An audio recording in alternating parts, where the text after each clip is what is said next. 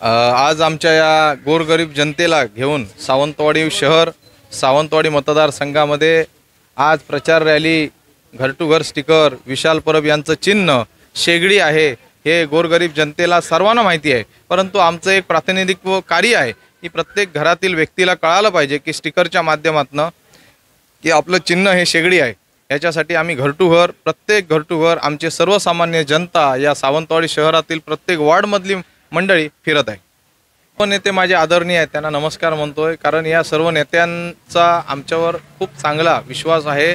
आमचे या सावंतवाडी मतदारसंघातील सर्व कार्यकर्ते, सावंतवाडी मतदारसंघातील तळागाळातील जनता यांना एकच माहिती आहे, एकच वादा विशाल परब निवडून आले, मतदारसंघात येईल विकास, आरोग्याचे आणि शैक्षणिक क्षेत्रातील असंख्य प्रश्न आहेत।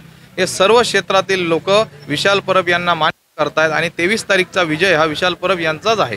आपण आज या माझ्या पाठीमागे कॅमेऱ्याच्या दृष्टीने पहा की असंख्य संख्येने विशाल परब यांच्यावर प्रेम करणारी जनता आहे। या जनतेचं पाहिल्यानंतर तीनही तालुक्यातील सर्व लोकांनी ठरवलेलं आहे की मतदारसंघामध्ये बदल पाहिजे।